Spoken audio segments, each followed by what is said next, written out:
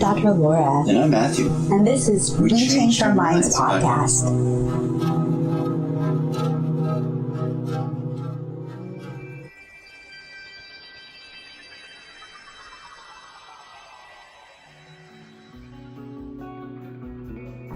And I think it's helpful before we get started, just as a friendly reminder, that the materials and contents of this podcast are presented for educational and informational purposes only.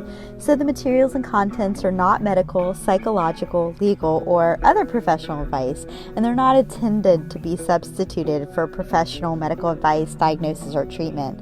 So if you have any specific questions about your health or healthcare decisions, please seek the advice of a licensed healthcare professional.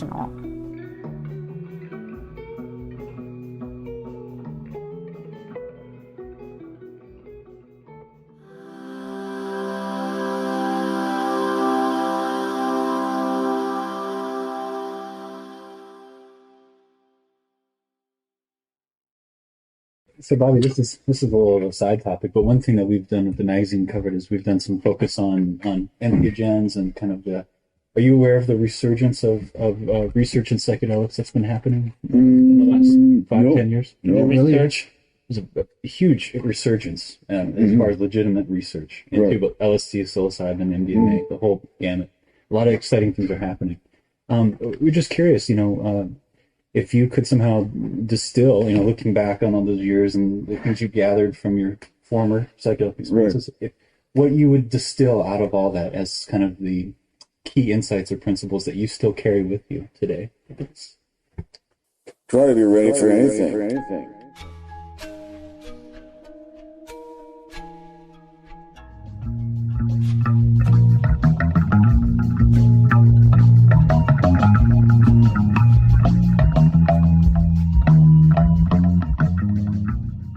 Well, here we are. Laura, hey. Hey, how's it going, Matthew? Oh, so good. It's so nice to meet here in this space that we call We Changed Our Minds podcast. Yeah, this is our very first episode. How exciting is this? We've been talking about it and working on it so hard. And hey, everyone out there in podcast space, we're so happy to be here with you. Yeah, that's awesome, Matthew. Well, I think we should talk about, why we're here and what we're doing a little bit. Yeah, let's get into that because it's been this cool, just a beautiful organic thing that we started talking about a couple months ago, and I've been so pleased at the way it's all grown into this moment now. And yeah, what do you remember about how this all started on your side? Well, who knows where to begin because we've been friends for a hot minute now. Yeah. But I think we're just kind of, talking a lot about, some of the things that have been going on recently, right? Like since 2020, there's been a lot of, uncertainty, some isolation, things that people have really been, going through. And it just seemed like a really good opportunity to talk about some of the things that we're interested in. Yeah. And I started just feeling the need out there. And I know a lot of that was my own need. I've been going through this pandemic pretty much solo with my dog and really in a new way of disconnected from my larger tribe and so much of the things I used to enjoy out there in the world, and music and travel, and just create this big space of isolation and a lot of new struggles and new kind of emotional challenges.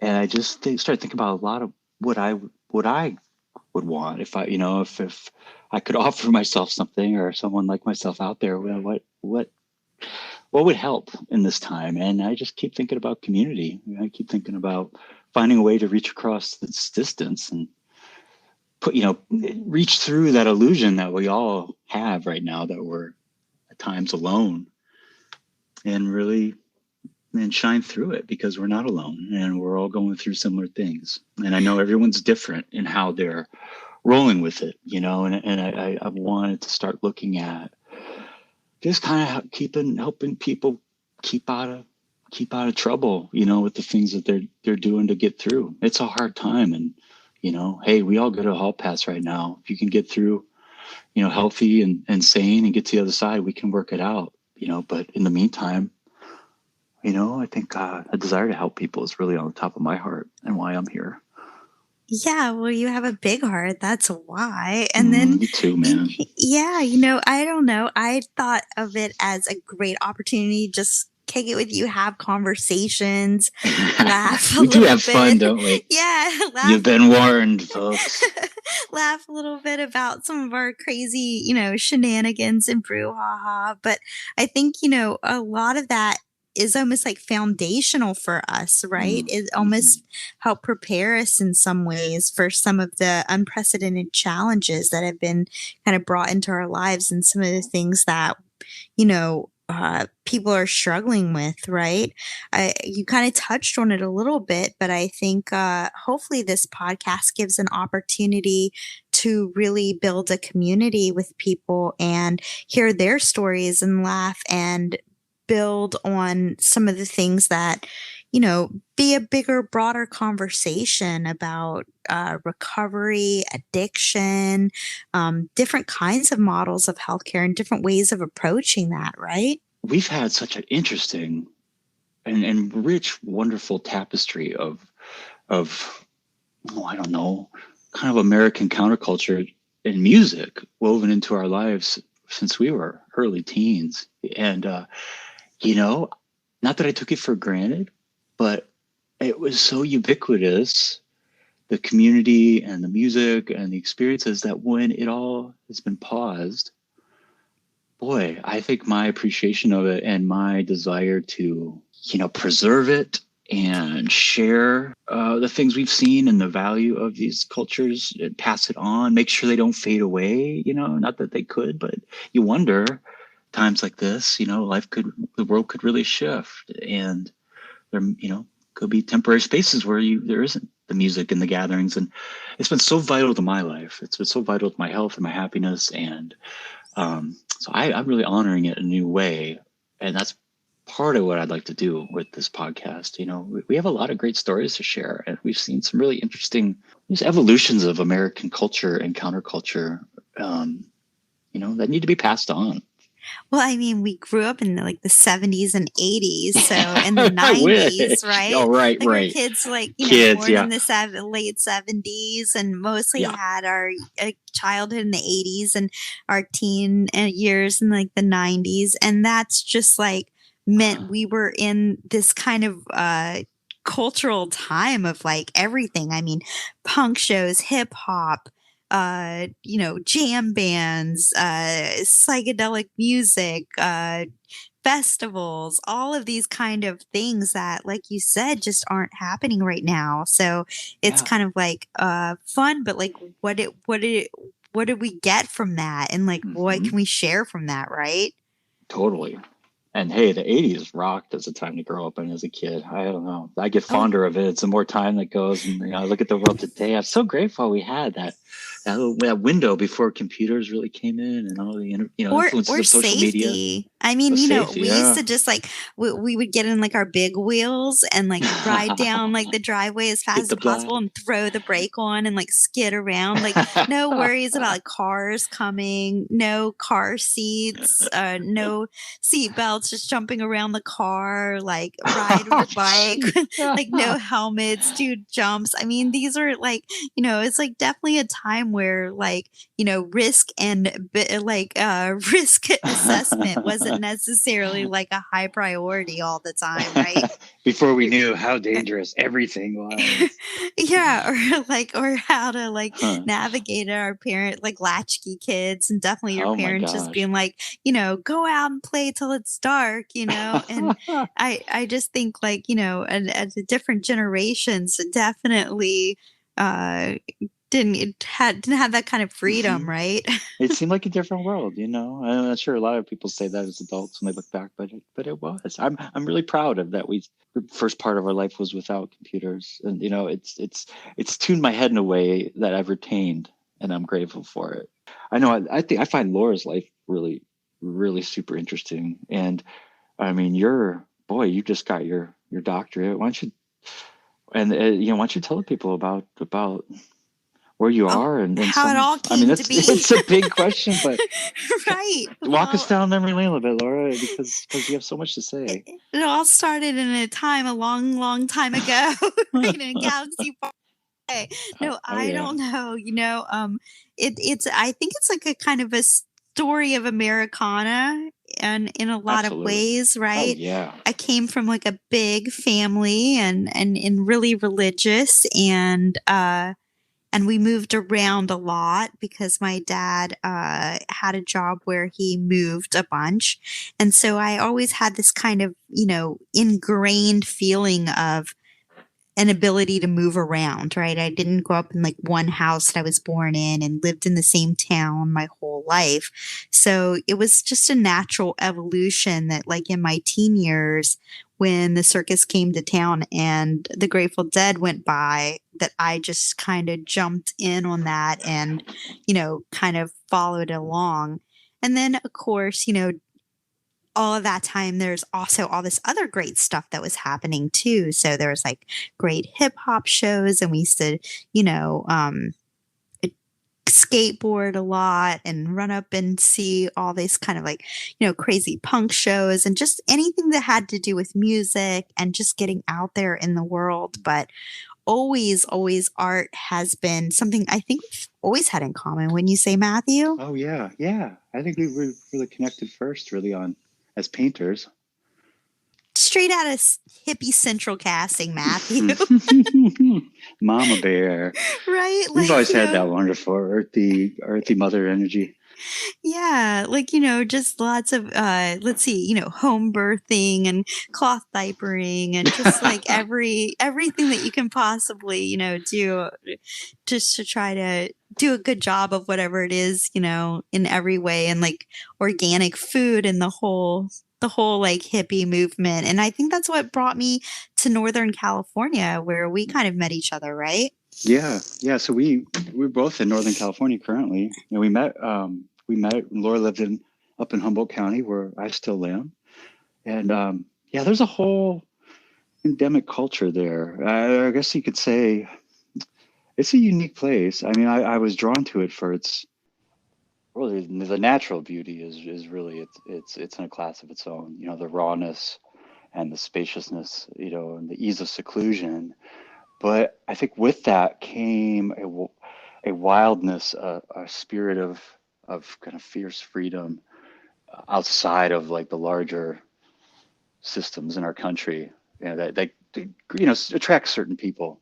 And it's like counterculture is very integrated into like everyday life in a way that oftentimes I take it for granted, how different life can be in parts of Northern California. But really, it's a value system that connected us too. We have a similar group of friends, similar tribe.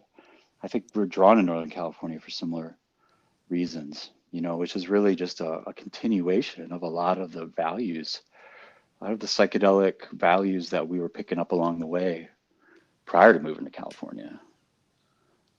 Yeah, totally. I mean, I think our lives intertwined a lot too, right? I mean, we were like living in Washington State around the same time, and like, we were like at a lot of the same shows at the same time. And so, like, honestly, behind all that, I think was like you see, oh man, yeah, definitely like a sense of adventure, a sense of freedom, a sense of curiosity. Yeah. And I think that's Did like we say psychedelics yet?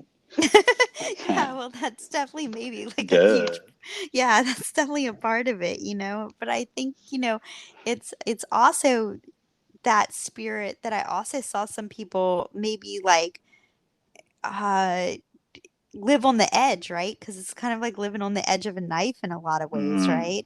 Yeah. Because it's like how far Unique perils, huh? Right, exactly. And so, over time, I've also had so many people close to me just really struggle with like addiction and really kind of take what could be like fun or an interesting experience and not necessarily, you know, um, have the easiest time with it, right? Yeah. And that's important to talk about. And that goes right back to, laying out for you all in this introduction what brings us here. It's this in this time, if I'm sure many of you have seen the statistics, there's a really an epidemic of addiction and rampant overdoses, in the United States. I know abroad too. And I mean, it's really an issue of our time. And the drug world of today it's gone through some really unique evolutions from when we, were really exploring it as young people, and unique risks and unique challenges, and kind of in paying tribute to a lot of the wonderful, again, evolutions of counterculture that you and I had the chance to witness and be a part of, is speaking to all facets of it, and bearing witness to it in a very honest way, in a way that could maybe help other people out there, just navigate similar things, and trying to bring it to a contemporary framework is one of the challenges I put forward for myself with this podcast. Is I consider myself a bit of a drug nerd. It's something that I've always been really had an intellectual interest in, even before I experimented. I can't explain it. It was like around 13, even 12, I started, these questions started coming into my mind, and I didn't know where they came from, but it started out as a fascination with mental illness. I remember at a really young age, I just kind of noticing people they'd call crazy or that were schizophrenic and hallucinating. It was so intriguing to me. Oh, what are they seeing? And then, okay, well, why is their reality less valid than mine? How is these lines we draw for that we call sanity? What does that have to do with reality? I don't know. Let's check it out. And that led me to a lot of books on consciousness at an early age. I know you too, Laura. A lot of the classics, Yeah, through well, we Huxley and Blake and right, of mm, course. Those are like just classic readings, and really like good old literature of like even the electric acid test, and you're just kind of oh yeah, on the road, right? yeah. If there's an arc, a trajectory that I could always see of the way one would lead to the next, and kind of the basic questions it was posing about the mystery of life, you could say, so like the nature of consciousness. Okay, what is reality? What is sanity? Am I seeing all that there is to see, or is there more hidden from me? Those kind of things, right? And if you stay on that path with sincerity, I think most people will end up doing doing a little road through psychedelics, because psychedelics are really, they're tools to really look at those questions and, firsthand, and really stare them down, for yourself, and find out what that means. And there's whole cultural expressions and traditions and lineages in North America and globally.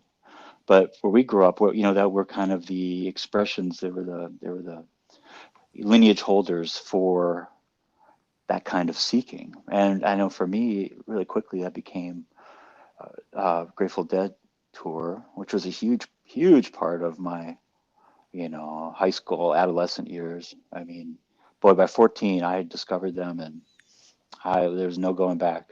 It was probably the only thing on my mind for like The only thing 15 or on 20 our minds years. that I think Yeah. like we have that I don't want to speak for you. I think absolutely I in know that common. about you, but right? 100%, right? I mean, That's what like God gets a hold of you, and it just don't let go. and and it gets a hold of you because I think it like it does it had like all of the things that like maybe mainstream or contemporary like culture couldn't offer me. Mm. Like there's definitely like a sacredness and spirituality mixed with like a whole bunch of rambunctious fun mixed with a lot of creativity. I mean, like it was just like a if you took everything awesome and stuck it in a blender and hit pulse and then then you would have that, right? Like how do you Grateful Dead even smoothie.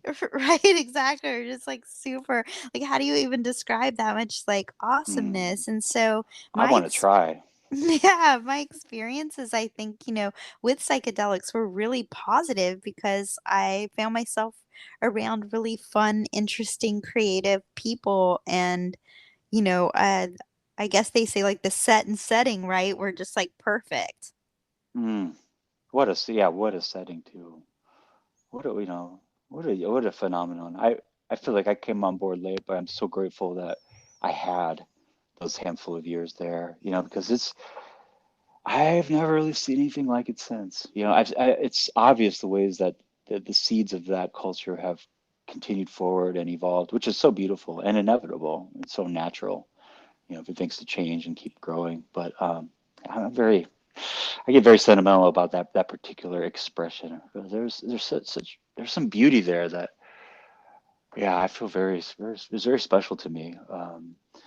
And you're right. It was all these things that suburban, middle class life in America in the 90s did not offer, and that young people especially really long for, have a yearning for in their soul, and that's sense of belonging, like you mentioned, like traditions and shared values and rituals, right? I mean, in whatever form. I think we all crave that, but when you're young, it's really a time to tune into that, and it can lead you on if you let it be your compass. And you try to seek that out. I think a lot about kids today, and I just wonder. Yeah, I don't know. I'd love to hear your thoughts on this, Laura. I see traveling kids. In the place I live, the town in Northern California, it's kind of a little bit of a traveler hub, you could say, and you see kids remind me of the age I was when I was doing Grateful Dead tour, and they got their backpack and their puppy, and they're like out looking, or just out just riding adventure waves. And I just wonder, like, where do they go? It's like, is there I lament for them at times because there isn't, I mean, the cohesion of like this tribe, this large generation, multi-decade tribe and value structure where there's elders, there to kind of pass down wisdoms, and it seems much more scattered. I could be wrong, but I wonder. I remember not too long ago, I saw this traveling kid sitting downtown spanging, and I just said, "Hey man, can I buy you lunch?" And then over lunch, I was just asking questions about what they were up to with their friends, and it wasn't a whole heck of a lot. It was just kind of drifting from town to town. Music wasn't a big part of it.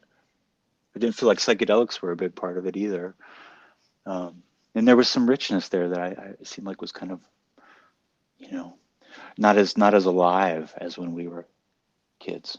Well, Have you yeah. noticed that too? What are your thoughts on that? Because it's Oh man, so many, first off, like I just have to say, think about I think challenges are now. yeah, And first off, like I was thinking about, okay, so like I know I love psychedelics with Dead, but maybe when I was like at a hip hop show I was smoking weed, and if I was at a rave there might be a lot of like MDMA, and it just seems like there's like different whatever it is you're doing, there also seems to be like a headspace or a kind of consciousness or a hmm kind of, theme that like runs around all of those yeah, things too, yeah, right? and Like kind of they a don't. culture that's an expression of those practices in different Yeah, ways, right? right, exactly. And so I know one of the things like my son's 25 and Hmm. my daughter is 20. And so they're right in that age group. And like I know right now my son's like he just was in Tulum, and now he's surfing in Costa Rica, and he's about to go to the West Indies, and Wow. he's traveling around. And I know he was just making fun of like the surf town that he's in right now in Costa Rica. He said every 3 seconds there's like somebody offering him coke or weed, and he's like, no, I'm good, I'm just Huh. here to surf. Oh And man. so I think it's not just an American thing, it's a global thing, and it's a human thing, right, to want to experience a change in consciousness and stuff. And I think the challenges today are so different because Yeah. everything is immediate, and there's a lot of internet and communication and stuff that we didn't used Mm. to have, right? So like a lot of the information we received about drugs were like what our friends told us, right? What we just were like had to make big Uh-oh. guesses. Yeah. And I think there's like a lot of, opportunity now for like honest, unbiased drug information because, you know, one of the things that, yeah, there's a lot of cool stuff that we had, but we also had like just say no and the war on drugs and all of these kind of messages that like if you took psychedelics, you were going to turn into an orange. You might never come back. You're going to jump out a window. All You kinds know, of like, dreadful fate. yeah, these crazy things. If you smoke weed, or you know, your brain's gonna fry like an egg in a frying pan. You know, Next thing you know, you're shooting heroin. right? Like it's the end of the world. And so, not to make light of like all the challenges, but I think there's, you know, it, if you're really asking about like what does it look like now, I think it's more of a complex landscape in a way Yeah. because there are so many new different kinds of, you know, drugs out there, and there's this illusion of information, right? So the information may be abundant, but it's harder and harder to determine what is truthful and what is not. It's not, you know, in the past it was this very binary conversation, like just say no. That's it, done, handled. Or Right. like, oh, let me just try it and see what happens. Oh, wow, that doesn't my friend doesn't look good. Maybe I'll pass, you know, right? Like these are the like ways that we were determining things. But now I think it's almost like a wide open landscape in a lot of ways, right? In a time where we're feeling like isolated and challenged. So I just think it's like Mm. it in a way there's like a lot of opportunity now to really look at this and have some real conversation and real dialogue. Yeah. Yeah. Which is right back to one of the big reasons I know we're here. We want to reach out to all of you in this time, and we're going to provide a number, and we encourage everybody to call in and leave us your questions about your own drug use, you know, challenges you're seeing, or technical things you're wondering about, and we will always deliver to you straight. You know, we both come from a background where we really have a good grasp on the ups and downs in a really fair, non-biased way, and there's this great kind of ripeness for new. It's a new season that is calling in new potentials with our relationship to substances and our relationship to addiction. You know, I think a lot of the old models are we were outgrowing them as you know, humanity is kind of, I think the modern human has things that they're juggling with and facing in the whole drug world to navigate that doesn't fit as cleanly in some of the past recovery boxes that were, you know, have always existed. And I feel a real calling to have to try to join in with everybody to really build a new paradigm for recovery, which, you know, well, what is recovery? Recovery is, you know, recovering yourself, right? And it's it's finding a way to be your most optimal expression of yourself as you define it.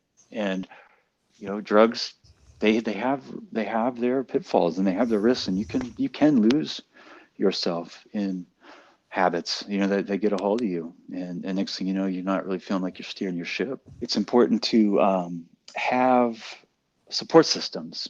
It's support systems that are inclusive and where the conversation is opened up. That's the big thing. Is you know, we had such a heavy, you know, just cloud of taboo and shame and conditioning over like most of my upbringing. In the 80s and 90s, there was such heavy conditioning. Like when Laura and I were in school, yeah, the D.A.R.E program was just a massive propaganda campaign that put a lot of fear, put in a lot of shame for using and for exploring, you know, for doing something so natural, exploring your head and your consciousness. And it's not something we ever should try to eradicate from humanity. It's something important to acknowledge its place in humanity and acknowledge it in an honest way where people can just stay safe. Because, you know, don't kid yourselves, anybody. It's a dangerous road to walk, and more dangerous than ever. I think there are so many more immediate threats towards health, well-being, straight up life that'll just, in substances today, it's easy to make mistakes. It's easy to make permanent mistakes that extinguish you, So what can we all do? Start talking to each other honestly about it, and to come forward with a lot of compassion, for the ways that we all find to explore our minds and cope with life stresses, and all that stuff is okay. We just don't want to get hurt on the way, and try to learn something too. I know I can speak for myself, Laura, but I know you feel the same when you're kind of turning life around from all different kinds of angles with substances, and you're looking at you're experiencing all different kinds of frames of relating to life in your own consciousness. There's a lot to glean. There's a lot of little pearls of wisdom and insight as to the nature of life, that if you're looking for them, you can find them, and you find those suckers and you polish them up and you hold on to them and pass them around, because there's great lessons there. Yeah, well, I mean, I feel like really one of the main reasons I was drawn to this podcast is because, you know, uh, for all the fun we've also had friends that just haven't made it. I Yeah. have so many friends that have been in prison, uh, passed away, OD'd, Mm. uh, gotten diseases they're not gonna get cured from, and it's been like a path for me in my life, right? Is just for all the beauty. I know that beauty is also duality, right? There's Yeah. also pain in that, right? You can't have one without the other. You can't That's right. know things that are like beautiful and creative and fun if you also aren't able to admit that the world isn't perfect, and neither are we as humans, right? Mm. And I think the hugest part of that is just taking away all the judgment and stigma and labels that I think a binary kind of dichotomous conversation about drug use can have, right? I think we're at this amazing new era, a kind of intersection of this various movements in like health, behavioral mental health, science, research, and most importantly, I think we're at a time where there's some personal empowerment.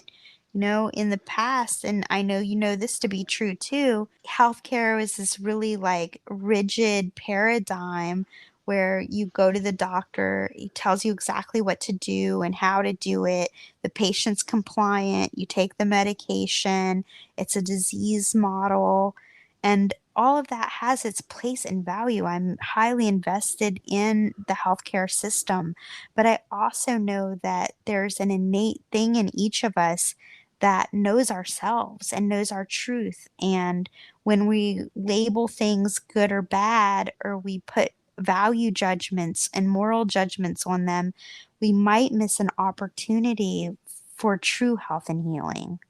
And I really think that we have some real opportunities just to like think about what addiction and harm reduction and recovery means from like a different perspective. Yeah, now is the time.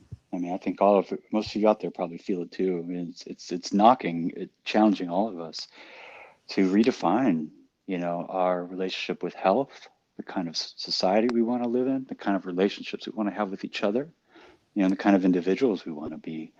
And a part of that is taking stock of what hasn't been working, And there's what is it? The relapse, or the actual, I think it's what, like 2% success rate in current drug and alcohol programs, for as far as like becoming, overcoming a habit and staying abstinent. I think it's something like, it's definitely less than 5%. It's a shockingly small amount of people that actually, using those systems of support, are able to get on the other side. And now haven't personally. This is kind of an interesting dichotomy that we share, that hopefully we can find valuable things for all of you in, is that I haven't seen as much of the potential fallout and loss and tragedy from the drug world as you have. And I think you have, because of that, you have incredible wisdoms and insights that you can offer. I've consider myself being very immersed in it for decades. But I haven't really been up close and personal with serious hard drug use. I haven't like real, life kind of destroying addictions. I was fortunate in my family. I didn't have any, we had some alcoholism, like an uncle away, but not in my own family. My father was a physician.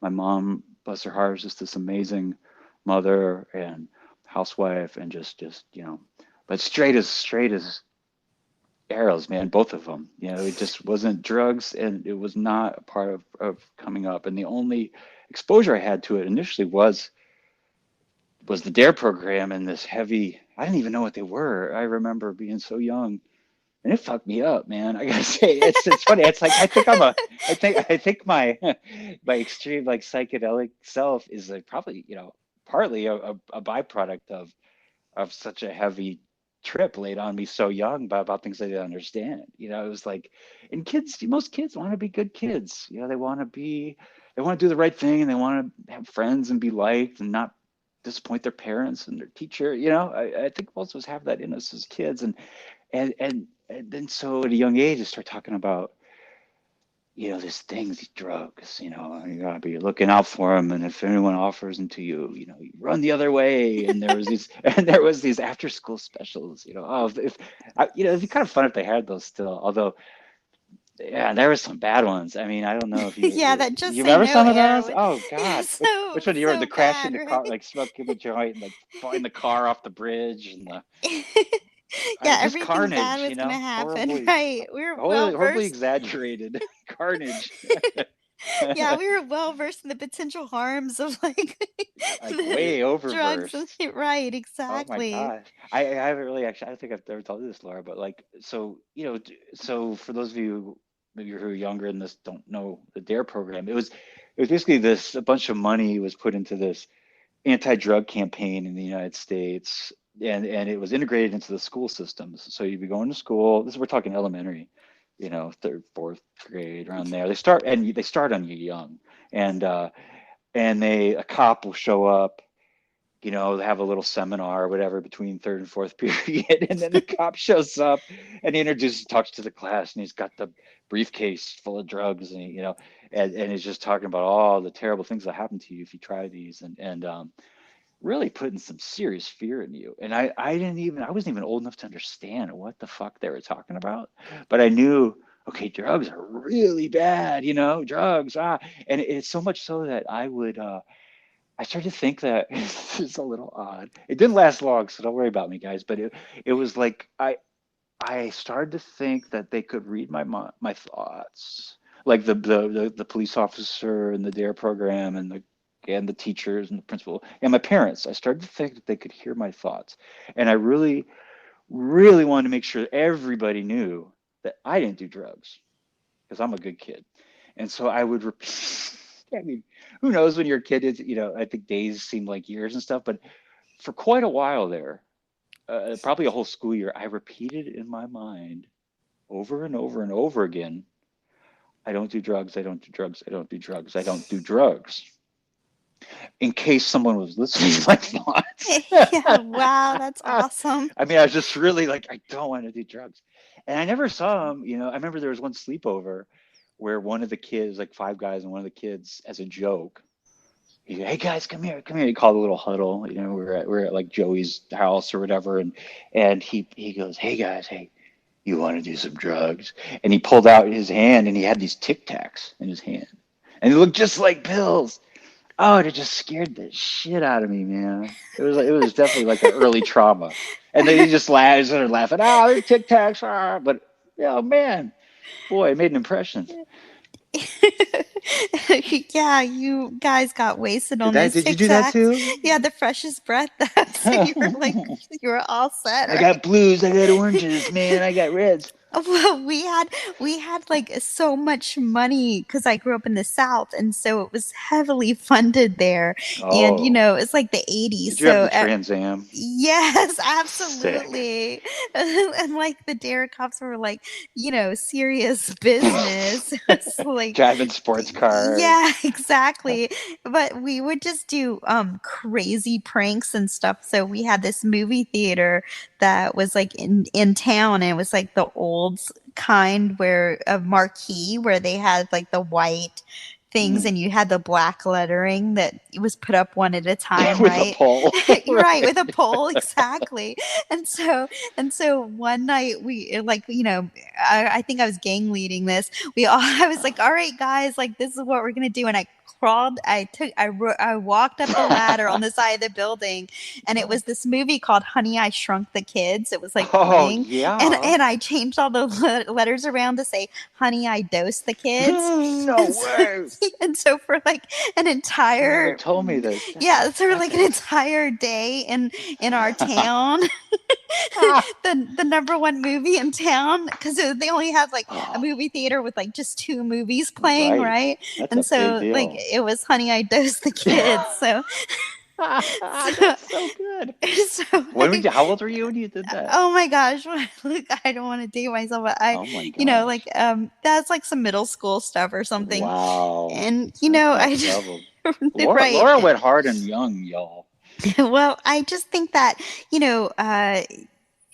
that the problem is when you're not truthful, right?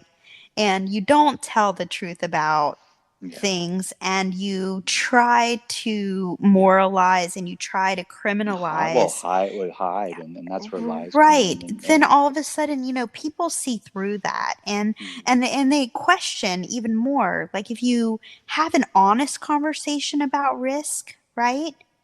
Then you can really start to make decisions around that. But when you I tell would hope. people, Kind of depend on who you're talking to, though. Would you say? yeah, that's probably true too, but like definitely when they Huh. just say no and they tell you if you smoke a joint, you're just gonna like go on like a rampage, and then you Not the smoke a time to joint, have an honest right? And then conversation. you smoke a joint and you're Mhm. like, nothing really happened. That was just kind of nice, and no Right. one around me is dropping dead.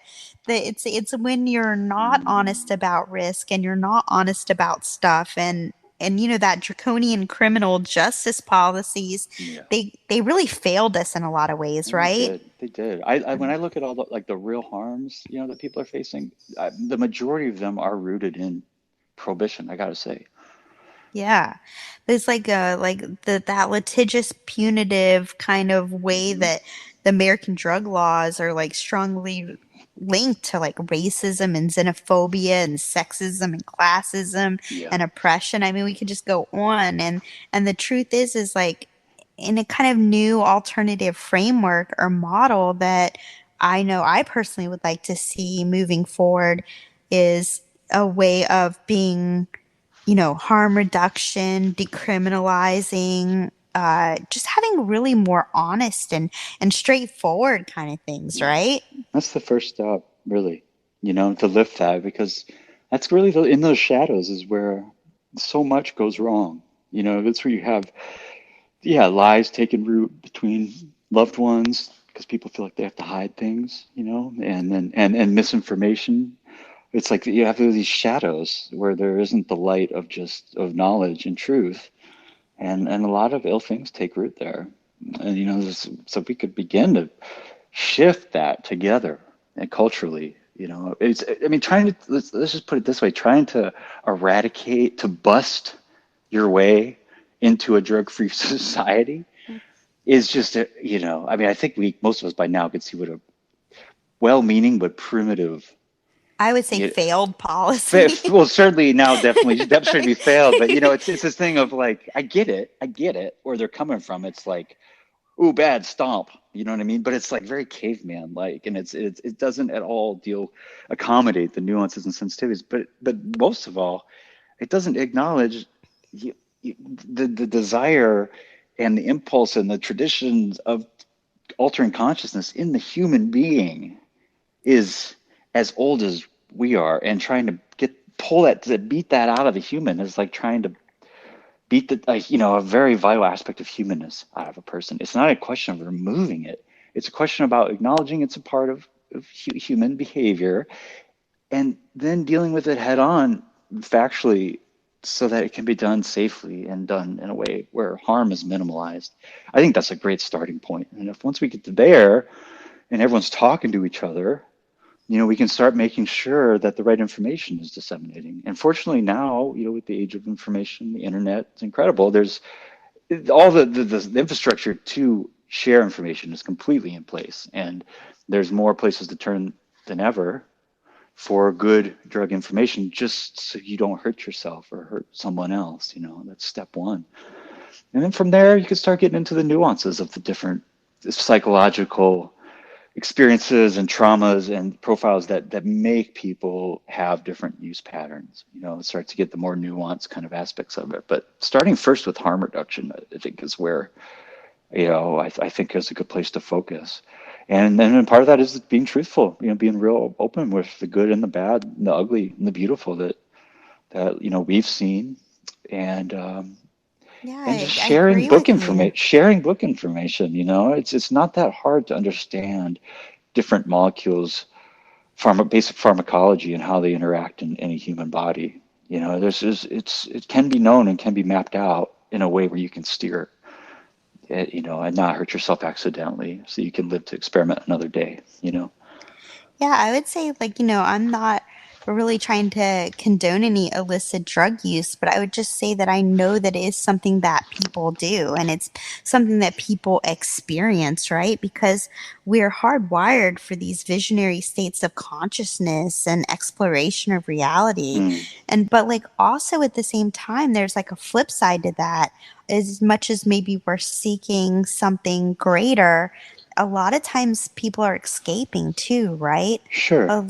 There's also this, I'm going to use something to escape my pain. And I think addiction can come in all kinds of forms. It can be sex or food or things that are just as human. You would never expect people never to reproduce. You would never expect them.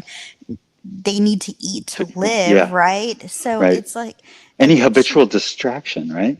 Right. Is kind of what it can take, the form of any habitual distraction. Yeah. And so I think it's really fundamental for humans to kind of, have these two things deeply wired in them, to explore consciousness, but also to try to escape pain. It's really that fight or flight, and a deep need to evolve as a species. And I think when you just try to stigmatize and judge, you can really be more harmful than if you just can look at things from a really logical and pragmatic and objective way, right? Because you're saying, some of these drugs, they're just molecules, they're just compounds, and your human body is physiology and chemistry, and it's really only the way that we put judgment or stigma on things that make it a good or bad thing, right? What you really need to think about is, what are the risks, what are the harm, what are the benefits? Well, what's your standard for the quality of life, that is your standard for yourself, is really what it comes down to. For me, when I think about it, it's one of the most, really, is it not one of the most fundamental human, expressions of sovereignty, is our control, or to modulate our own headspace. And there's so many different, everything you do is a modulation of consciousness. Taking that nap, going for a run, smoking a joint, having some sex, watching a movie. You're in this constant dance in life with these different modulations of input, and who am I to judge another? That was the thing when I was younger. I tuned in real quick to the hypocrisy of these people wagging their finger at people who are, finding these certain ways to find pleasure or escape. But then when I would turn and honestly just look at those same people, they had all their own versions of it. They just weren't drugs. And Yeah, right, how could one be exactly. better than another? It's really about, and then also, who am I to tell you how you need to be steering your ship? So maybe that's like more, looser than some, but I just can't. That's so fundamental to me from everything I've seen. And I feel very strong about protecting that, preserving that, that basic intrinsic right to be in whatever headspace you want to be. Of course, now, I think most people immediately jump to, well, does that mean get in a car, and you want to be in a headspace and you're driving your car and then obviously not. And we have to curb for ways that behavior, I think the line of that behavior, the boundary is where that can cross over to inflict on, harm or loss upon another. And I know that can get subtle. You can start parsing that out like, okay, well, then let's say a father, he likes to just drink every night because it helps him take the stress of the workday. But his kids and his wife are suffering because he's not being the most optimal father he can be. And totally, but we're all in a process of growing and becoming our best self. And we all have a different pace. It's got to kind of come back to a place of compassion to see we all are stumbling on our way, but we're all, growing and striving towards being a better person, a better citizen, husband, wife, father, mother. It's, hey, it's a hard world, folks. It's hard as you get older too. It's like to be your most optimized self for the world as you want to relate to the world is challenging. There's so many daily things, demands pulling at people, and that you're not getting the right amount of sleep or access to good food, and it's up to you the kind of life you want to live and how you want to feel as you go through your days. If you're reaching for something that helps you do that for a time, it's not the crime against life that I think we've always framed it to be. And I think those things have a purpose for a time. It's more about when you get to the point where you don't want to be doing that thing anymore, but you can't stop.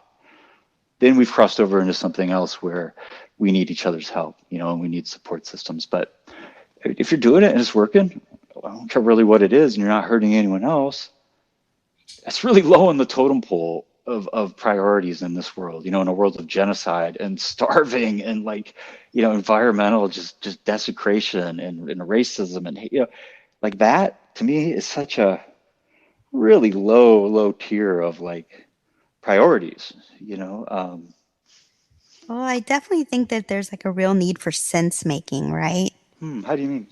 Well, to deal with all the recent feelings of isolation and how to navigate in our changing world, I think, you know, the hope is that we can really start to help encourage policies and initiatives and shoot, even just this, a podcast, just conversations and dialogue that Yeah, really help kind of minimize the negative, social and legal, but also health impacts associated with drugs and even drugs that are illegal, right? Because the stigma associated with drug use. especially drugs that are legal.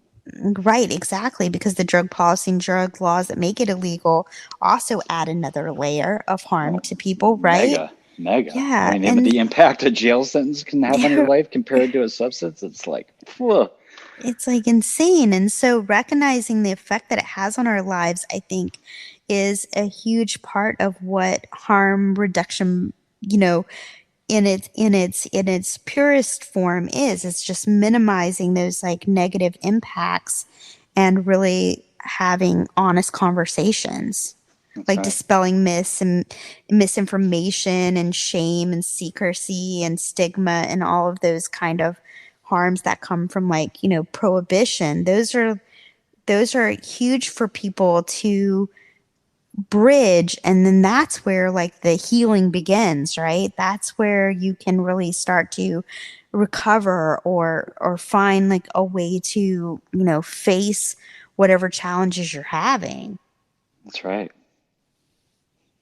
I mean, when I take stock of the great harms of humans' relationship with drugs, beyond those substances that cause, physical toxicity, that do truly with repeated use, where, break down your physiology. Okay, that's a thing, and that can be looked at. But most substances don't have that, but some do, and they need to be talked about in a separate conversation. But beyond that, what are the great harms? And certainly the majority of them seem to come from the specter of prohibition. And okay, so what do I mean by that? I mean, okay, heavy legal consequences, number one. Nothing can fuck up your life quicker.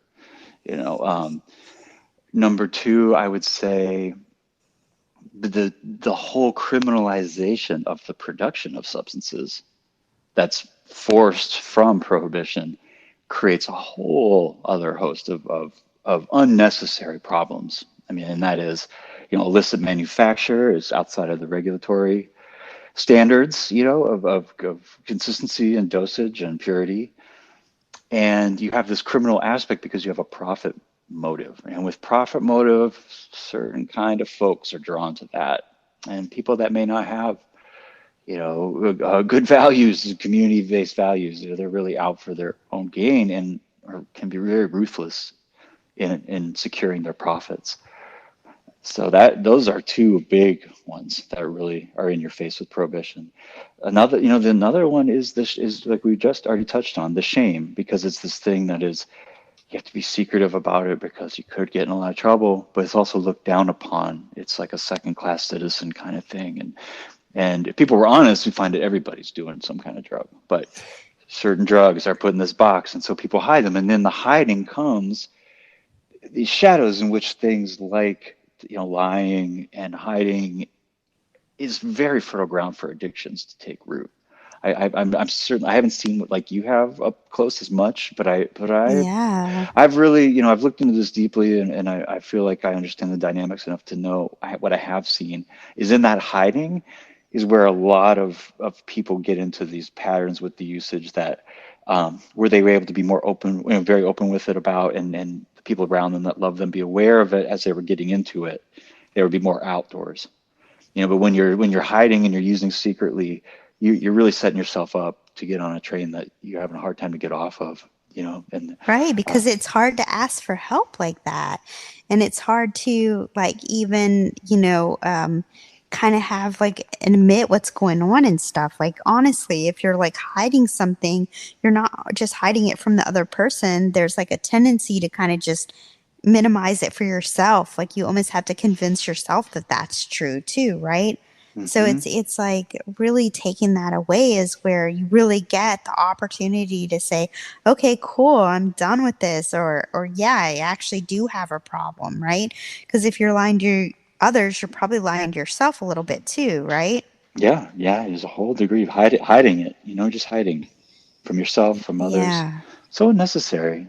It's okay, and don't hide from us, guys. We we were going to leave you a number, and just call if you have questions, something that you're not sure about.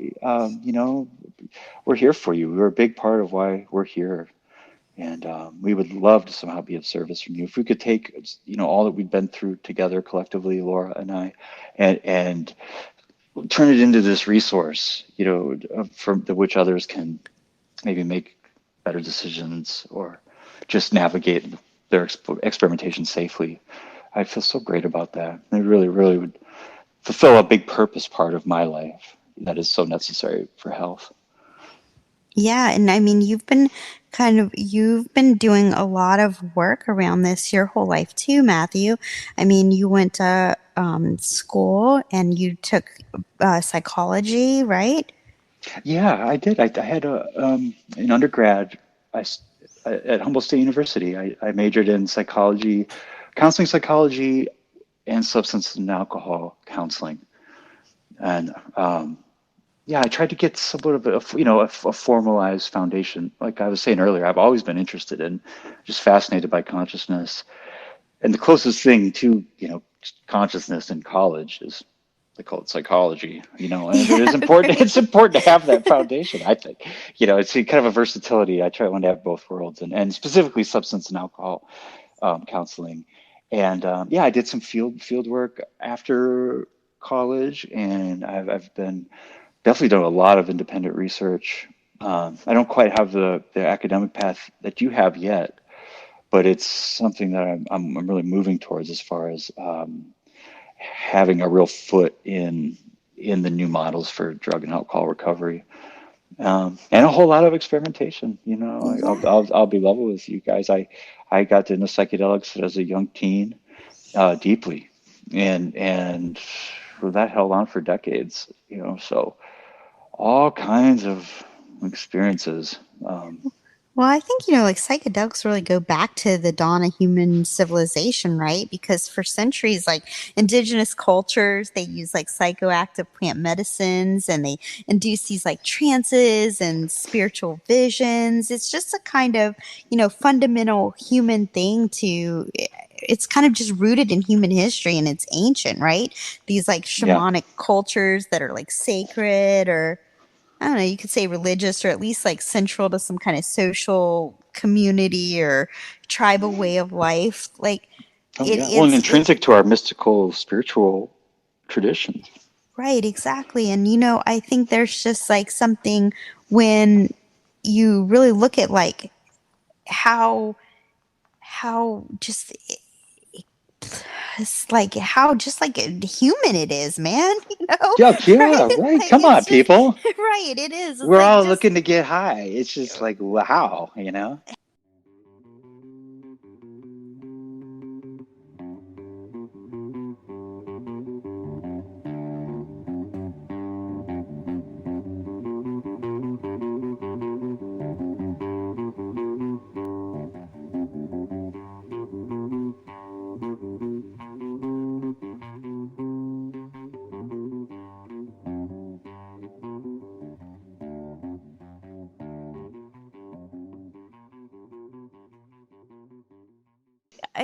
I feel like sometimes we're afraid, especially like if we're struggling with certain things like addiction or, like finding ourselves in some of the darker corners of our mind and heart, we're like a little bit afraid to change out of that, right? And I think like it's just so obvious in life that there's no harm in trying to like see the world from a different perspective, right? There's no harm in trying to be kinder, to be happier. And there's certainly no harm in trying to like improve yourself or your life, right? I mean, self improvement and looking for ways to be a healthier, happier person, I think is just kind of at the core of human experience. And we all have things that we'd like to change about ourselves, right? It like doesn't have to be like about a serious thing, but it can be that too, right? I mean, one of the things I think we do is try to make uh, ways that we can take what we're learning or take different approaches to stuff and then kind of start incorporating that into our daily life so it just becomes kind of routine, I mean, honestly, there's no harm in trying to kind of understand yourself and how to start doing that or how like you impact your community or honestly, not to get too like lofty, but there's really like no harm in trying to kind of understand who we are and our like place in the world, I think like Matthew was saying earlier, like this is just unprecedented times and that word is almost like cliche at this point, right? There's a real need for like sense making and how to deal with like all these recent feelings of like isolation and just really and it's not just about changing ourselves. We're living in like a changing world, wouldn't you say, Matthew? Yeah, absolutely. You know, Quickly.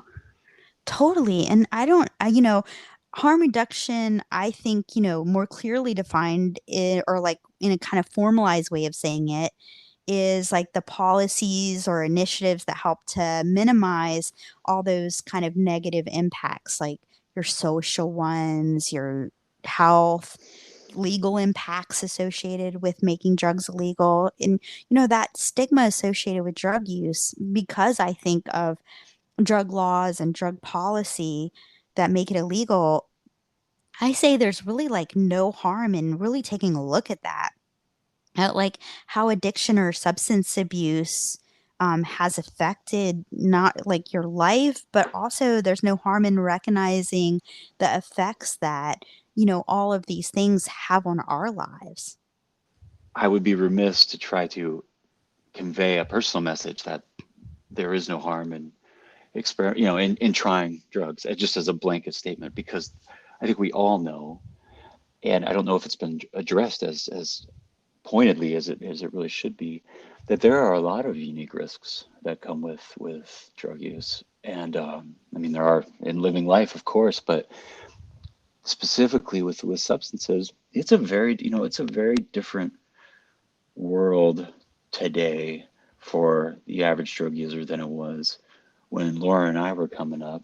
In the 90s is kind of when we were kids and experimenting for the first time, and there was not the diversity of substances, both known and unknown, and nor were there a lot of the risks and a lot of the potentials for harm that exist today. So um, it's a world and a climate. If you are interested in substances and exploring them safely, that requires more diligence than ever. And that diligence comes in the form of, it, non-biased, straightforward, empowered information, um, resources to know your material is something we should discuss.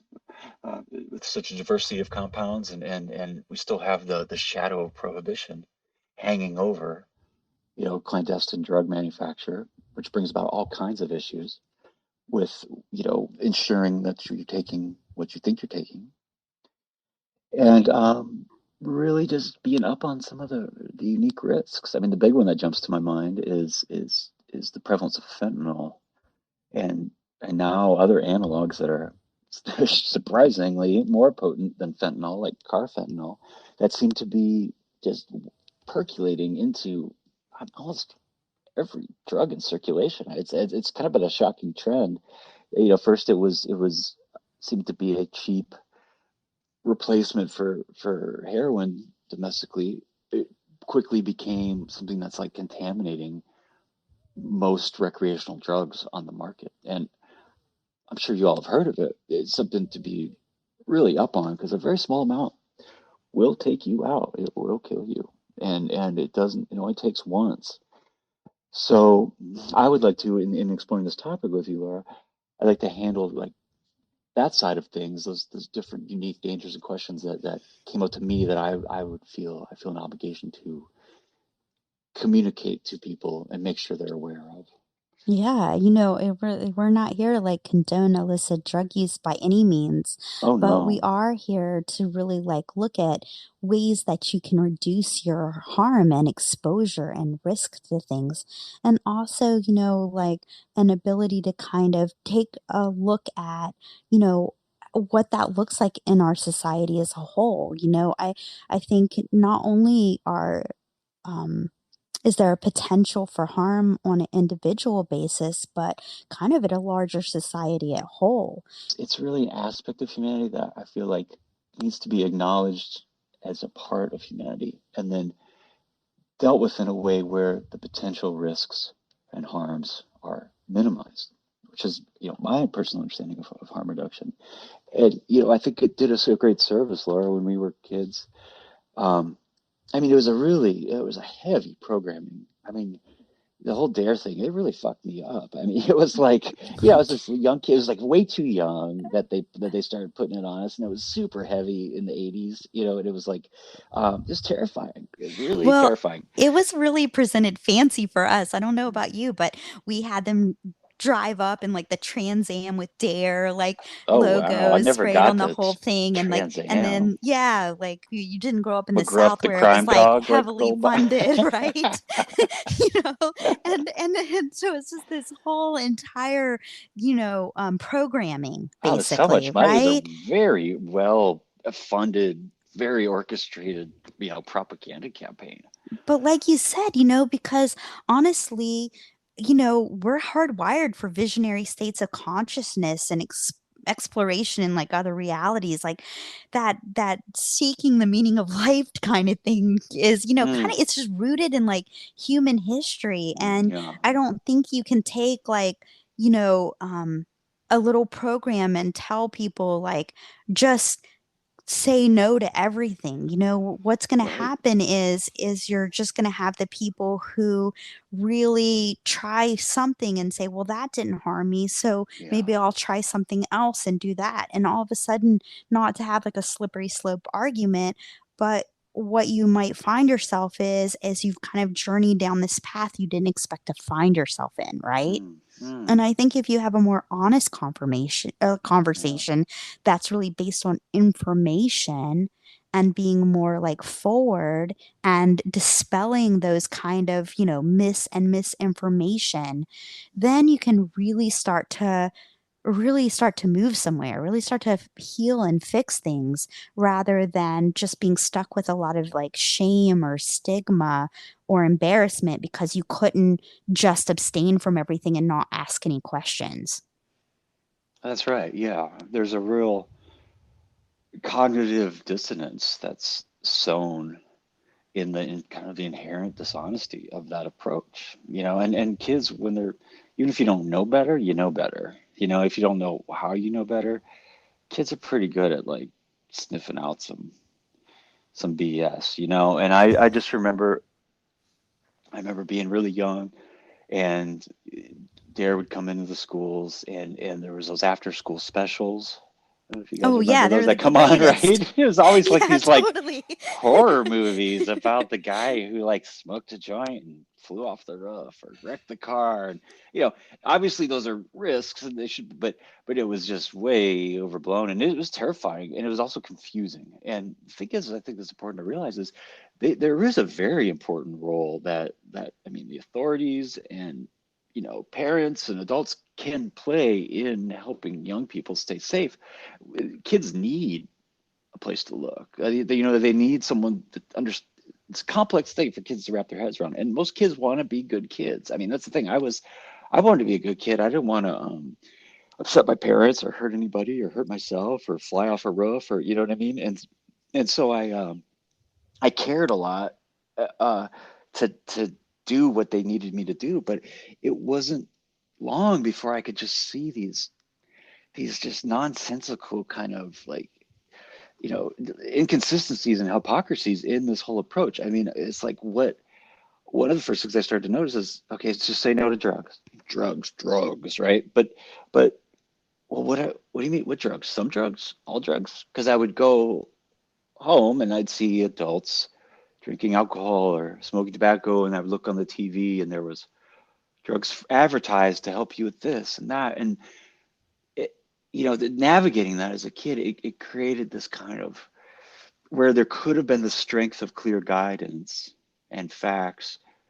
It created this more of a confusion and a sense of distrust in what those same authorities were telling me, because there's clearly things that were not true. We could all see it, and then also you start getting older, you see people, your friends, using some of these drugs that were supposedly, they're told to you were sure death or sure insanity, and you see your friends, they're having truly amazing good experiences that are life affirming, and where there should have been an ongoing trust and dialogue with the authorities, that became severed at that point. And everything that they said, you kind of just took with suspicion now, and some of that needed to be kept. There was good information in there. You hate for all that to get thrown out, but when you're not honest about drugs, and when you're not, you don't squarely address the intrinsic humanness of using substances and also the individual risks and benefits of each substance. Honestly, you're gonna be, uh, doing more harm than good. I feel in the dialogue and in keeping kids safe. Yeah, I think there's like been a real harm that that approach has wreaked on basically, our culture at large, because what ends up happening, I believe, or at least in my experience of what I've seen around people, is they kind of have a cloak of secrecy around it, Mm, right? Because yeah, there's not only just a legal thing, there's also a little bit of shame and stigma around that's it, right. right? It's a bad So thing to like do. yeah, but like even my friends, that, you know, um, maybe you're like doing opiates or something, right? And you know that they've struggled with it. You've hung out with them, and they started kind of, getting a little bit more involved until they were like in a place where truly they're like addicted, and then you maybe like lose touch with them or you see them again. The very first thing that they say to me is, man, Laura, I've been clean. And they kind of, you can see them scrambling in their brain to like the last time you guys hung out. And they're like, since, like, oh, 2 summers ago, right? And I'm doing really well now. But you can see in their physicality and in their body and all of those kind of things that maybe that isn't so true. Mm. And what it does is instead of like bringing you together and you being able to support, that shame and stigma keeps people from Mm. asking for help or just even being honest about it, right? That's right. Yeah, it creates little like closings off between them and others, that a lot of the things that can go wrong can take root. That it immediately casts this pallor of shame around substances that then feeds all kinds of behavior that is more risky than it needs to be. And that's one of, I know when we were talking about this, Laura, one of the things that we could accomplish or help encourage is just this complete lifting of shame around drug choices. I mean, really, let's be straight about it, folks. I mean, drugs are neutral. They're just individual molecular space-time coordinates with different properties. And that's not to say they're neutral does not mean without risk. I mean, there's this definite risk stratification with each substance, and each substance needs to be looked at in such a way, but it can't be hidden. When I think about where the most harms are allowed to occur, in my quest to try to do some good in this realm, it's really the shadow of prohibition has birthed so much dysfunction in human drug use that it needs to be remedied. I mean, that is everything from the obvious legal and personal issues that can come with a criminal case. I mean, that's a whole separate thing laid on already, a presumable dish of problems that somebody has, right? Um, the way that prohibition creates demand and artificial demand and value on substances, so that drives a criminal enterprise. And with that criminal enterprise often comes shady practices or improper manufacturing, lack of standards for purity, right? And then you have this kind of private, personal suffering that is Yeah. so unnecessary that folks go through because they happen to reach for something, whereas somebody else maybe reached for, you know, too much TV or gambling or sex, or there's so many different things humans do to cope and to self-soothe. And I don't see drugs as any less valid or more harmful than any of those choices of distractions. Uh, it's just that when somebody does that, they should not have to suffer alone in this kind of this sense of shame that has just been generated within them, and the secrecy that then feeds more shame and feeds lies and more hiding. And that, gosh, if we could eradicate that at the beginning, that'd be so helpful. And the best way I can think to do that is just be willing to talk about it in a very non-biased and compassionate based way, and in a very factual way. Unfortunately, we live in a time when there is access to information more than ever. So there Yeah, are it's some excellent amazing, isn't it? databases, right? Yeah, it's Right, incredible. totally. We And never had Arrowwood when we were growing up, we never had like a whole bunch of different things. I mean, we had each or other, podcasts right? talking Like, about it. right, exactly. We'd like kick around like all the different, like Yeah. ideas, and we'd be like, well, I heard like if you do this, then this will happen. Like if you drink more orange juice, you'll have like a more incredible trip, or just like a lot of mythology. And I think you're right, Matthew. You really hit on something, which is like we live in a time of information, but it's really about what are the good sources of information and how do you Mm, know that information is like something to be trusted, right? that's right. Yeah, that requires some discernment, and it's not all the information is not equal. And how can we best do that? I mean, how do we best find those centralized information sources and know that they're legit? Yeah, and then, I think also, that is kind of part of, I think, a harm reduction model or recovery that leads to success, right?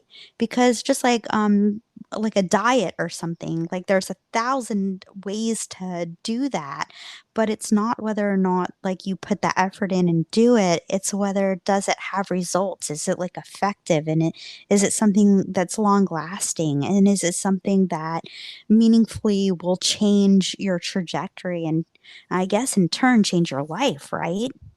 Hmm.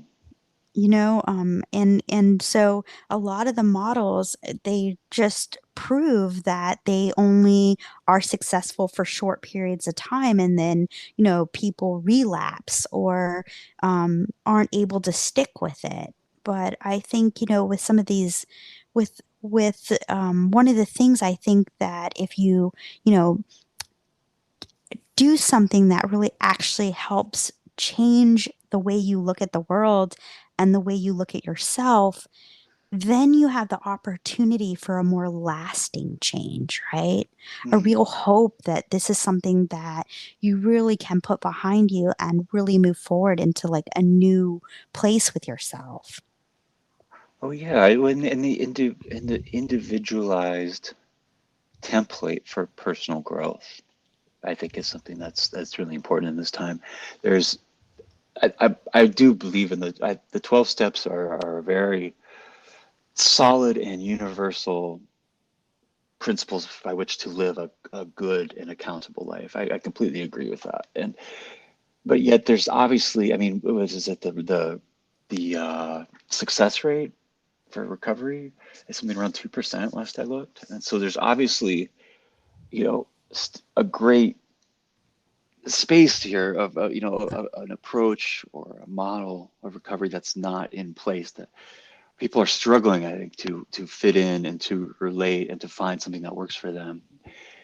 And so I think we can start by just redefining what goals Okay. are in recovery.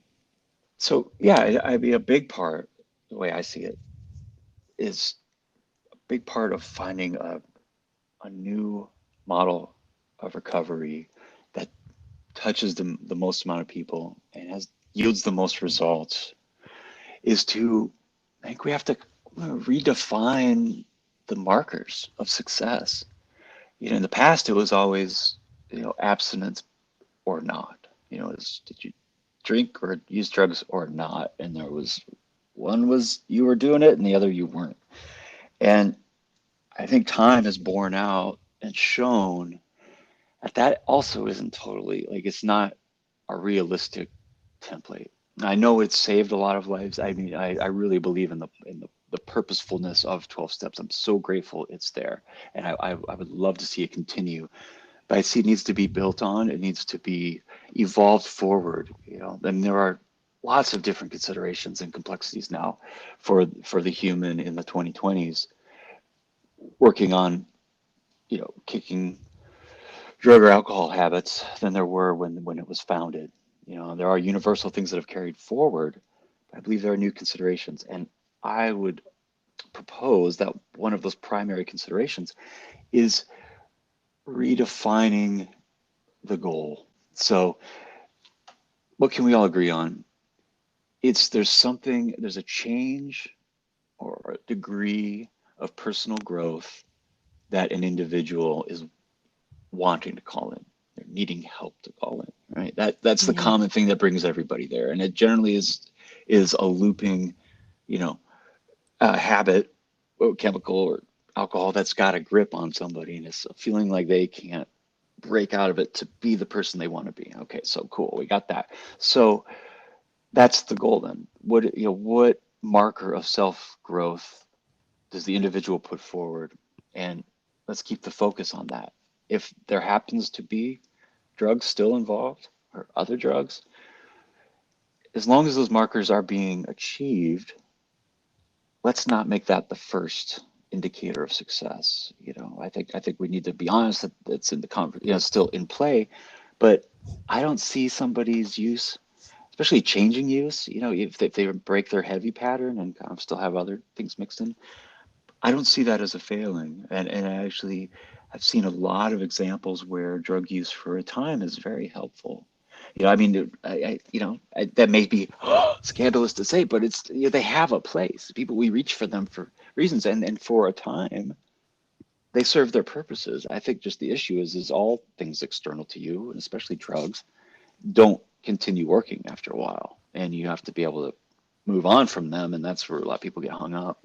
Yeah, and I think, I know like in medicine, one of the things is like a risk versus benefit analysis, right? Mm, And, I think, we have to be like clearly honest that, obviously people reach for drugs because they do something that, at least for a time or a moment, really quells or addresses like whatever it is that they might not even be conscious. Like, yeah. like I know like a lot of people that do opiates say that it made them feel really warm and it was the most at peace they've ever felt and they never felt that calm before, right?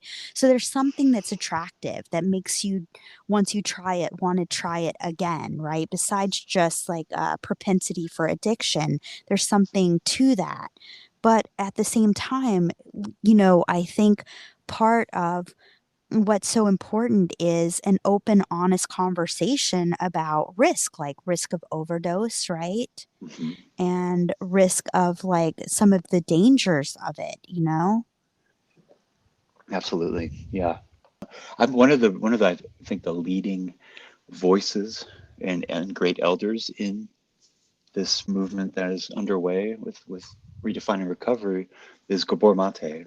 And I really love his framing for why people engage in, distracting, like addictive type behaviors. And, bottom line, the world's kind of fucked up, folks. I mean, we have, it's different wherever you are in the world with your particular culture and how it's structured. But I know here in the USA, probably more than ever, people don't have access to really fundamental, nourishing, dimensions of human life. It's not the modern structure of living wasn't set up with those as integral parts, right? So we're deprived of community, we're deprived of meaningful work, we're deprived of like a lot of like health diets and things that really build us up, right? And so Yeah. all of us are kind of in a state of different degrees of suffering and different degrees of missing wholeness. And honestly, to respond, it's like if you're if you be in an insane world, you know that's a response that's very, it's good, like have some compassion for you. I mean, you're reaching for something to just feel like the best to be able to talk to the friends you want to talk to and have the energy to do the thing you want to do and to not have that pain bubbling up into your day, so that you can function and be a good parent. Or it's at its nature, it's not a bad impulse. It's actually a very sensical response to the situation you find yourself in. It makes sense why people would be reaching for something to kind of pad the experience, because it's really, not always the most pleasant experience, and there's nothing wrong with that. um so you can't beat yourself up about that. And it's not really, as Gabor says, don't ask why the behavior, ask why the pain. you know why the pain? And can't help but to have just compassion when you frame it that way, because we all, to different degrees, have a certain amount of pain in our lives, and we all deal with it in different ways. And we need to support each other in that, and just, like I said, like you were saying, Laura, have just honest conversations about the things we are choosing to do that, and if we're happy with where we're at. Yeah, I mean, right. do something until you're over it, man. I mean, just seriously, do it until you don't want to anymore, and then that's when you may need a hand up. But don't stress doing it. Just check it out. Yeah. Well, I mean, there is something to that, but then, there's like danger in use too, Yes, right? exactly. That's And the like, caveat. yeah, right. So, like with needles, there's HIV, there's staph infections, there's all of these kind of things, right? So, it's not that these things don't come without risk, but they shouldn't come with shame, That's and they right. shouldn't come with beating yourself up, and they shouldn't come with feeling that it's like a good versus bad dichotomy. Yes, It's really about, once you let that go, you start asking, how do I heal the pain? Where did the pain come from? What can I do about it? Right. And that's where I think the healing begins. absolutely. Yeah. And it becomes a much more practical, just technical issue as opposed to this moralistic one, Right. and yeah, Totally. just navigating your choices safely until you're ready to move on. And in this day and age, there are the trend is towards more risks with drug choices than ever. We would be remiss to not deal with those head on. And well, one of the things I think that is really positive is different kinds of testing that are set up. Like for purity and stuff, right? Oh yeah, right? So, like, How instead of like cool. not knowing what it is you're doing and just trusting whoever just because you can get your hands on it and just figuring, well, that'll work too. Like, really, if you're making choices, at least start making like conscious or informed choices, right? Hmm. Yeah, you'll be better for it. You'll have better experiences. You'll retain your health and the opportunity to experiment another day. I think those basic steps, they're not many, are they, Laura? I mean, I guess we could probably knock it out right now. Like, so let's just say, okay, we're gonna let's just say we're someone who's I've decided I'm gonna explore drugs for a time for whatever reasons. We won't get Yeah. into the personal roots of stuff just now, but we will in future episodes. So you've made that choice, whether it's recreational, curiosity, pain management, you're using drugs. Okay, so what are the primary issues in front of you? Well, first you have legality. So you have to understand if you possess this certain thing or procure it, there's a risk of law coming down on you in a way that will be very disruptive to your life and create more trauma, more complexity, more difficulty, right? So, got to be aware of that. Next, you have, what would you say, Laura? I mean, quality of material. Well, yeah, like what is it that you're actually using? That's like a Yeah, good what question drug to are you ask, right? using? Right? Like what's the purity, right? Is it the drug? Is it what you're procuring, the actual thing, and of what quality? And how do you do that best? Well, so once you've decided what you want to explore, in the world of substances, and then you're familiar with the various risk stratification and the ins and outs and the various considerations for that substance, right?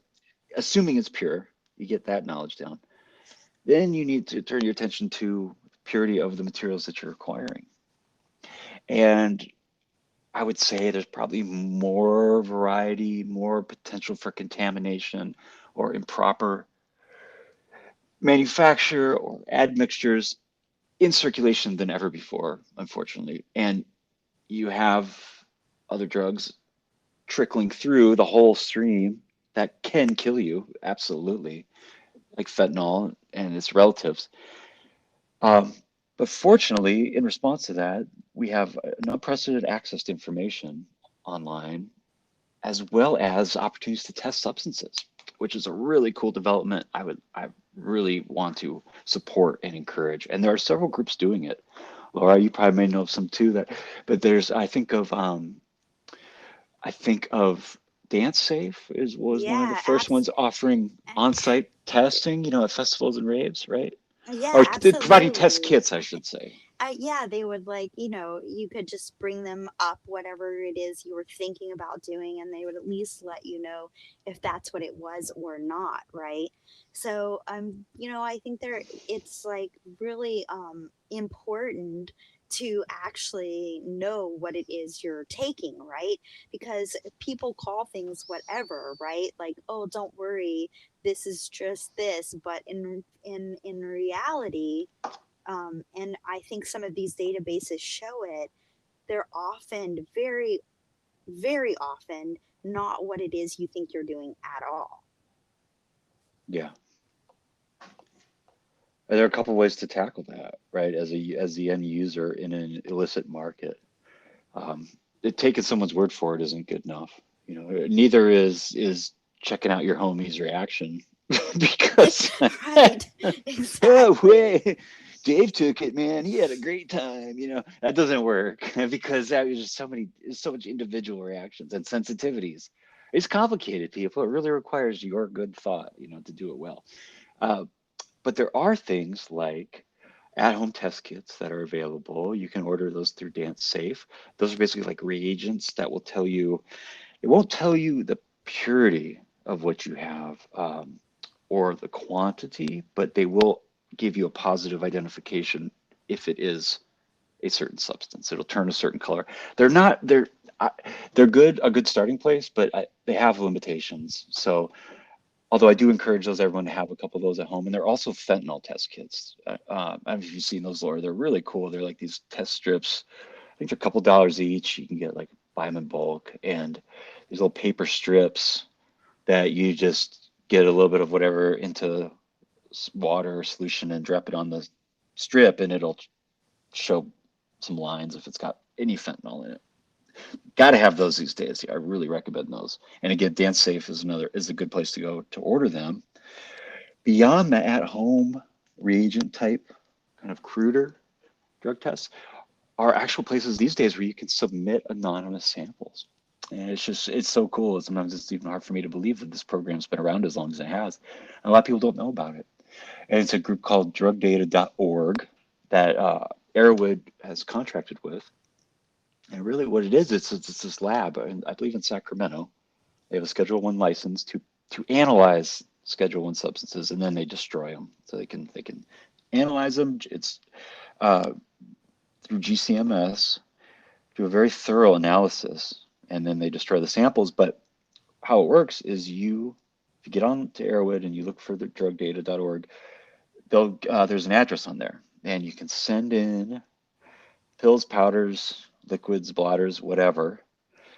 Give it an anonymous designation. You just submit however you want it referred to, you know, that you'll be able to recognize. So give it a little code that only you know. And I believe it's $25 for pills, and anything else that's not in a pill form is $100 per sample. And so you provide the payment with the submission, and then within a week or two, you can check on the drug data website database, and they will put your sample up there, and it'll say it's not quantitative. They're not allowed to do that for some reason as far as like specific dosage, but they will tell you very detailed what's in it. And we're talking like, you know, little, you know, synthesis byproducts and little things that have contaminated in very small percentages will show up on there. And that's just phenomenal. I mean, if you can afford it, people, I mean, just the pill is $25. Come on, it's worth it. Do that. Yeah. And the more that's supported, the more that'll become the standard. You know, I know in Europe there's more like actual on-site festivals. They will test right there. We don't have that yet in the U.S., but we're getting there. So that's a great place to start.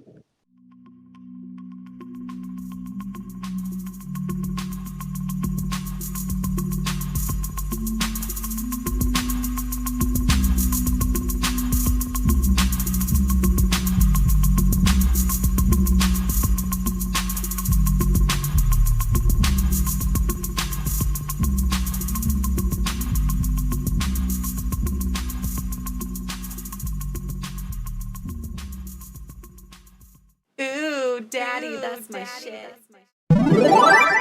You ever find yourself in a precarious drug-related situation? Facing questions that you know not the answers to? You ever think to yourself, I have nowhere to turn for such answers? Strange questions like, are these drugs illegal in this country? Or help with simple math equations like Now, did that scale say micrograms?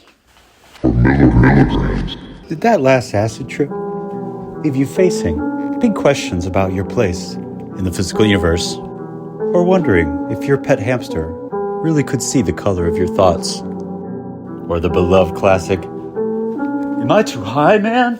Am I ever gonna calm down? That's right. Call now for your opportunity to have your questions read on the air by our team of completely unprofessional, not trained, and likely very stoned drug experts.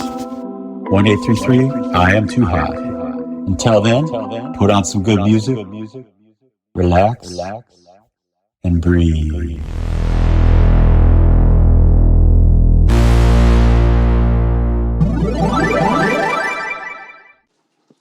Aside from happiness and seeing the world differently, are there any other side effects we need to be concerned about? What do you think, Laura, when you hear that? Well, yeah, I definitely agree. Like, you can definitely see the world from like a better light, right? It absolutely is an opportunity to change how you see the world. And what do you think about as far as like the side effects, though? That was a really good Hmm. question. Yeah, that's always good to ponder, huh, with whatever you're working with. Well, I think psychedelics are very unique as class of substances because they really do present very minimal overt physiological risks. There. We'll just leave out some of the more exotic, newer analogs out of this discussion and just talk more generally. But like the classics, LSD, psilocybin, mescaline, DMT, physiologically are incredibly benign. I think there's some of the, they actually are literally some of the most non-toxic substances known. So you're not running into any physical issues given you don't have purity issues. However, I think for psychedelics, those are relatively minimal too. It's not that common to come across a street sample of a classic psychedelic that's heavily contaminated in such a way as to cause you lasting physical harm. So I don't think physical side effects are really in the dialogue. Now, psychological, emotional side effects, that opens up some interesting questions.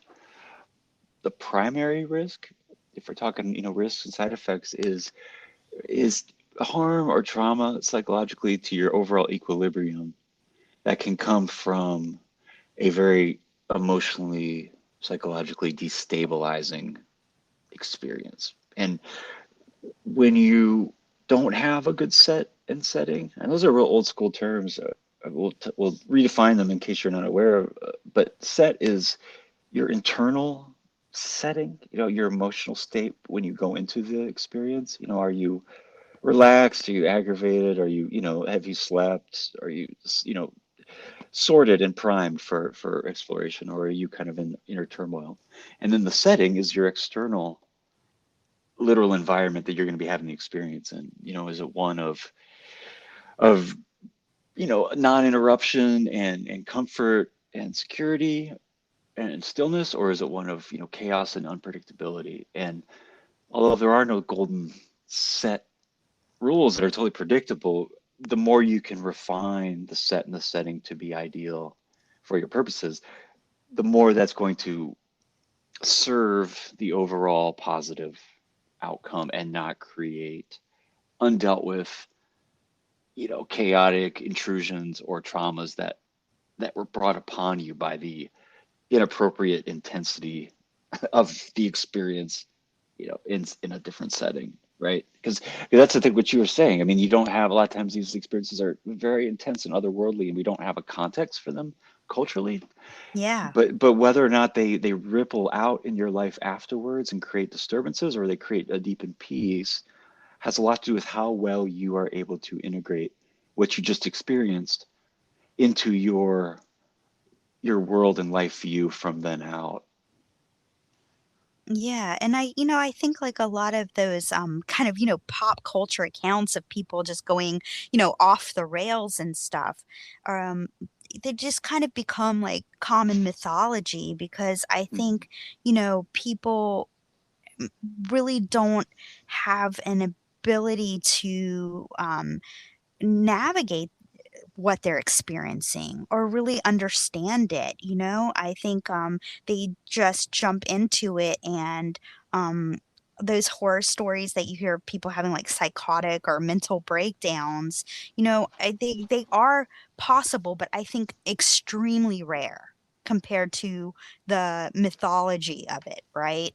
And I do think that there are a certain kind of like underlying like mental illnesses that can create an extreme psychological distress. But luckily now, with a lot of these psychedelic therapies, there are therapists and clinics and people that can really help support you through that and determine if you're a good person to even try that route of therapy.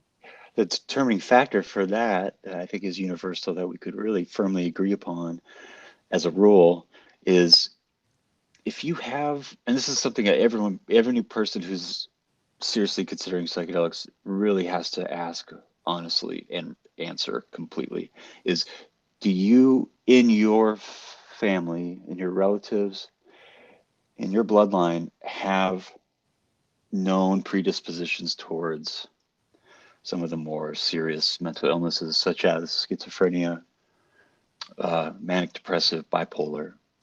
If you find that you have any of that in your makeup, even if you're not actively touching upon any symptomology of those various disorders, know that psychedelics can and likely will bring about the manifestation of that latent mental illness. And so if you are that kind of person, you do yourself a favor and just know that psychedelics are not for you.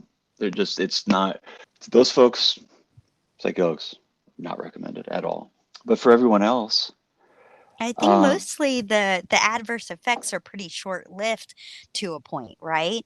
like if someone were to be experiencing something they would consider adverse, like like a distressing headspace, Right, or right, like a distressing headspace. It's like it's a mm, really a lot of times I think can happen when you're triggered by a stressful event or something. But mm, often, sometimes I think those are the moments too that we're just kind of facing what challenges us and can be a healing experience, oh right? yeah, that stuff can be so valuable. Remember, it's not about having, you're not getting into psychedelics because you want pleasure and fantasy. It's really unpacking your subconscious, and you have to have a willingness to be ready for anything. You can be ready for anything. Think about that, and be willing and have the strength and bravery and conviction to whatever comes up. I don't. Doesn't matter how painful it is or how joyous it is. You have to look at it straight on. And I think any issues or disturbances that could come as we call side effects would result from not engaging surfacing material. If you stuff it away, if it comes up, you don't want to look at it, so you try to go in the other direction, or you panic, and or you stuff it deeper. That stuff, once loosened, it'll you'll just find it'll bubble up in your life through maybe, or anxiety coming out of nowhere, or um, disturbances, or you know what I mean, and unsettledness that can persist. So it's how well you deal with the material that comes up. And I'm excited for the future because we will soon have therapy centers and places we can go with very trusted professional folks to sit with people during their experiences. And I'm really looking forward to that. But until then, you be careful, folks, and choose wisely, because a lot of people say, call themselves shamans and psychedelic guides that they're probably going to put lay some trips on you that you don't want. So Hello, I was just calling in wondering. I've had really great experiences with microdosing, and it's somewhat hard to find, kind of like a microdosing kit where you have a certain amount laid out and time frames to take them, and amounts. So I was just wondering y'all's opinion of when you think that psilocybin will be accessible to everyone, and if you think, kind of microdosing kits or something like that would be something that would be available. Oh, that's a great question. Huh. When are the kits going to be available? Somebody's ready Y'all, to go, they right? are, man. They're ready. Yeah, well, what do you know about that, Matthew? I haven't seen any around on the store shelves yet. How about you? Well, I take that back. I was in Amsterdam in 2006, and that was the first place and only place that I saw psychedelics available in a store. They're called smart stores. And that was incredibly exciting. But since Yeah, you then, were I don't smart to be know. there, right? Yeah, I was, man. Yeah. And apparently they went away too. I guess the Dutch government could swiftly like wipe them out like shortly after that. But oh, they had mushroom. I bought some mushrooms that were, available with cool little packaging and everything. And then oh, they had like some really exotic psychedelic nootropics they were called. Like they had 2CP over the counter, and then you could buy peyote as well. But that was like a bygone thing that I wasn't sure I'd ever see again. But I hear it's coming. I don't know. Have you Well, noticed it? I think it's here. Is it? So Oh, I I need to love shop that. where you shop. Yeah, exactly, online. No, I'm just kidding. So, It's called the yeah. dark web. Well, no, actually, like, I know some Canadian companies that are starting to, look at this, and they offer already ready-made kits, Far and out. Do you have to be in yeah, Canada to order it? what it is, it's really interesting. They're acid analogs. So it's like 1p Oh, LSD instead of like just LSD. And they're all about microdosing, right? so And so unscheduled analogs, would you say? yeah, so Oh, it's really interesting. And I um, think that, we're kind of just right at the edge of this, right? yeah. And I think what we're really starting to see is more legal access to psychedelics and controlled substances, right? So, yeah, you might not be able to find all of these Hmm. things right at this moment, but they ask a really good question. What is like the time frame towards Yeah. legalization? And I think we already seen some of that, like Oakland and Denver, Oregon. Yeah. Santa Cruz. Right. And I just think like little by little these things are starting to become decriminalized, right? Yeah. What do you think the time frame is for Wow. like a whole, Huh. I like microdosing as like a normal part of everyday access for people? Oh man, what a wild, unpredictable thing to think about. I Yeah, have to say, I completely. really, I almost kind of throw my hands in the air because I would have never guessed it would be already happening the way it has. Like it's taken on an exponential like growth curve of coming to the surface and becoming in the narrative and mainstream and accepted that I would never anticipated. I mean, don't you remember when we were in the earlier days, kind of, I just could barely, it seems such science fiction when I tried to imagine, I mean, honestly, even legal cannabis. I remember being in my Right. 20s or teen, right? Thinking about like a billboard with pot, like what, but yet here we are, and psychedelics are now becoming accepted. So, gosh, I mean, the way that just based on the rate it's going, and not my own intuitive prediction, I'd say within a couple of years, it looks like Right. it's in pace for that. Yeah, I think, You too? it's because not only for like, harm reduction and recovery, or maybe even, psychosocial emotional challenges that we have, right? So like behavioral mental health issues. I think they're being explored um on a level that can help anyone, like for creativity, like to produce, like I don't know, like in Silicon Valley, to boost productivity. Like I think the concept of microdosing is becoming a little bit, for lack of a cheesier word, mainstream. Mm-hmm. Right? Yeah, right? And I think that is because the way that happens is twofold. One is that it works, right? So people are interested in things that work, right? Things that Yeah. actually really can deliver and actually can, support. things that you might be challenged with, like your creativity, your endurance, your general wellness. And then the second component to that is, access to things like is it safe for people to use, and what are, will it be more of a benefit to society than a harm? And I think we're really changing that. Yeah, So the more that conversation changes, the shorter that time frame becomes. that's right. Yeah, yeah. And then we're in the process of gathering the data is happening on bigger levels. There's an app called microdose.me. Check it out, folks. And if is that something you're doing in your life and you want your experience to contribute to the kind of the group database, that's a great way to get involved. So yeah, for our caller, I would say don't hold your breath, but probably within a couple of years in the US, and you could always drive over to Canada because it's going on currently now Yeah. up there. And then, yeah, I think you brought up a really good point too. I think at the end of the day, will these kits be available and what are the time frames largely depends on the hard and amazing work that is going into current like scientific exploration and research right now, right? Yeah, Yeah, and without that, the needle will never be moved, right? Like it's that's right. completely moving the needle is we actually have evidence to support some of the things that as humans we've historically known, right? It's like, okay, this is positive and this shows evidence that there's something beneficial that can come out of that, then that means there's a real opportunity to explore it further, right? And it's just amazing some of the new research and science that's coming out on this.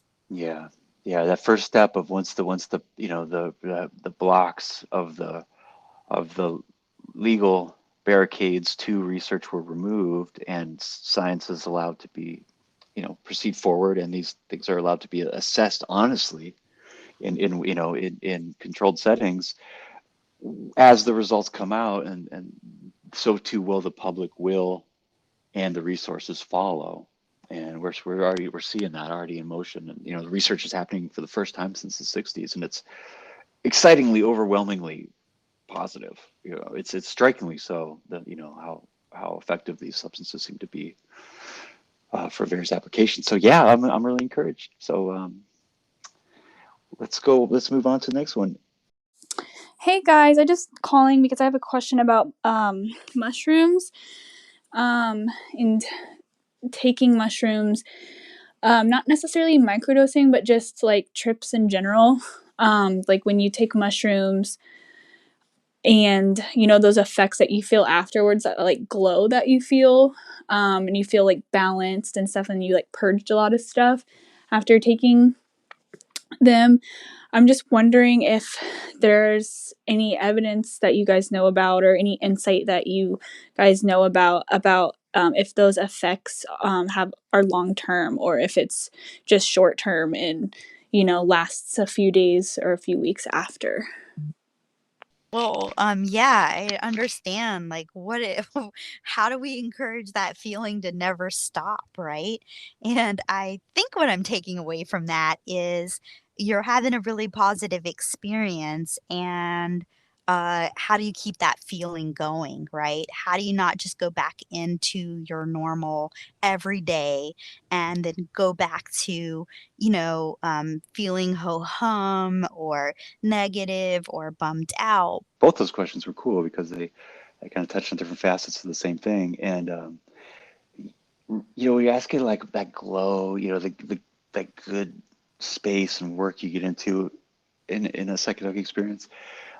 How enduring that is a lot to do with just the depth of the work and the clearing and the healing you do during the experience. I mean, here's the deal that we all have to deal with. There's no way around it. Is your brain is this incredible filtering, homogenization device. It has this running intrinsic program towards regaining equilibrium. So it's constantly taking novel input and familiarizing it and putting it in its place in a way that's predictable, that you can navigate for survival purposes, right? So you're always going to be, you have the gravity of that you're always dealing with, right? And that's why drugs are temporary. They don't, um, you go up and you come down, and it's just this biological law. It's like a law of physics of the universe.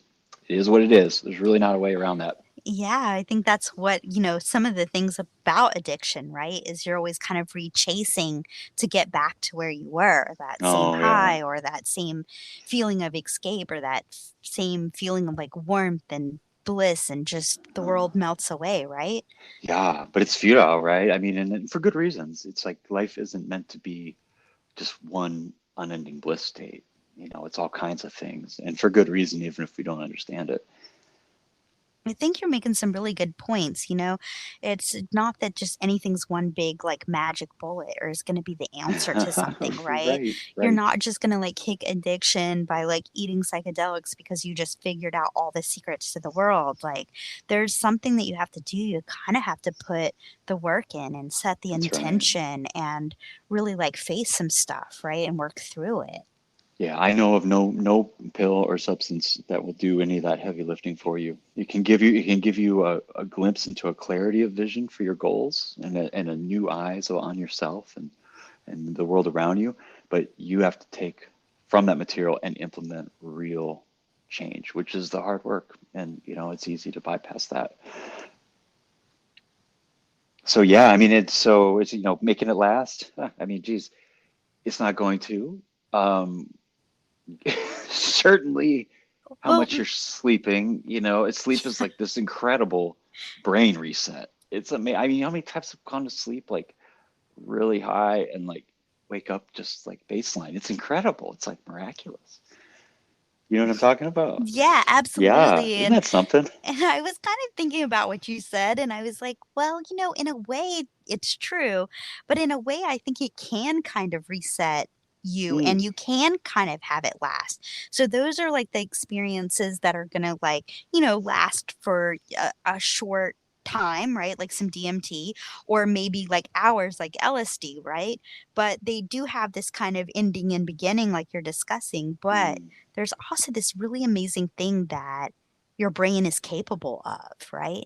And it's not just like, oh, I have a new idea about something. You can Oh yeah. actually reset those like neural pathways, right? Regrow whole new avenues of thought, right? Yeah, and the power in that is if you're resetting positive, right, pathways that bring on good feelings and bring on good thoughts and bring on a lot of positivity, you can really start to affect, depression, anxiety, and some of these things that go along with people that suffer from addiction, right?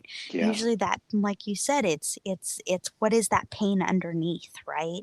And Mm. for a lot of people, um those kind of like challenges like depression and anxiety can be brought on by acute stuff, but they can also be something that people have struggled with for a really, really long time. That's right. Yeah. But you have to follow it up with, I don't really know of a profound new pathway that's laid from a singular experience, right? It's like you have to meet it. Yeah. The potential is there. And what's exciting, one of the great gifts of psychedelics, personally, was showing me the relationship between how I thought, the thoughts I chose, the perspectives I chose, and the world around me. Because as my Mm, mind changed and my outlook changed, it seemed like the whole universe also changed. How does that right. work? I don't know, but it's a miraculous relationship to tune into and one that's very empowering. But it usually takes some follow, like it takes there's repetition. It takes will and discipline. You take these insights, these new ways of looking, and you have to kind of really get them to take root through repeated conscious choice, which is discipline and repetition. And good trained support too, right? Oh yeah. And so I think there's a lot of work that therapy in conjunction with psychedelics can really do because, honestly, Oh, it's part of it's making it help it take root, right? With the follow right. through of therapy. Exactly, because if like psychedelics just could do all this work itself, well then everyone that came out of a rave would Would be like be changing society and be like right. amazing, right? Oh my gosh. And It- and it's not to say that there's not some creativity and art and fun that come out of all of that, but like, really there's like, Great point. right, there's just like a combination of things that need to come into play. And I think at the end of that is really just, hey, be compassionate with yourself, be compassionate with others. Take away all of the like labels and things that are blocking your ability to just like accept the situation, look at it in a way that's more informative and more um realistic or pragmatic. Mm, And then really from there you can really start to shift things. You can really start to like work towards, what can I do to do better? How can I make my life like more joyful? How can I be more yeah, happy? Because I think that at the end of the day is really what people are seeking, right? that's right. Yeah, yeah. And reformulating your values moving forward and your lifestyle choices to be reflective of those insights you had at those peak experiences certainly helps them and that feeling and that vibration to ground and reverberate through your life. So, Right. Like, so it's not something that you have to do over and over and over again, right? A few experiences done well and done with the correct, things around it can have like really lasting effects on how you see the world and profoundly change your life. that's right. That's right. But if you're looking for the same markers of intensity as evidence of it being there, you likely won't see it because your mind is going to mute that overt intensity of the peak and replace it with a more steady awareness, that you carry forward. The big highs and stuff are the brain is made to not make those last, and for good reason. So, well, that was fantastic. Gosh, I really, we had some great calls already, and I know this is my favorite part of the whole podcast, just this opportunity to interact with everybody out there. And we'll give it our best. You heard the disclaimer at the beginning, and I don't know, following my advice might not be a good idea, but we'll just be honest with you. And so we're going to go out with one of our musician friends. Something we hope to do more and more on this is play music of people we know and love and get it out there. And we got some real special guests to look forward to down the line. We were kind of writing out the list the other day of our coming guest list, and we'll keep it secret, but it's pretty exciting. Some of the real leaders in the field of consciousness and psychedelics are going to come here and answer your questions with us and tell us about their perspectives. So you have to join us next week. Until then, check out our platforms, YouTube, Instagram, wechangedourminds.com. Look for that voicemail. And anything else you'd like to add, Laura? Yeah, absolutely. I know, like, over our friendship and over our time, one of the things that we've constantly been seeking is ways to see the world in a new light, make the world a better place, and connect with people. And I know we've really, over time, changed our minds, and we really hope that you will too. We changed our minds. Come find out how. All right, peace out. That's Bye, good. everyone.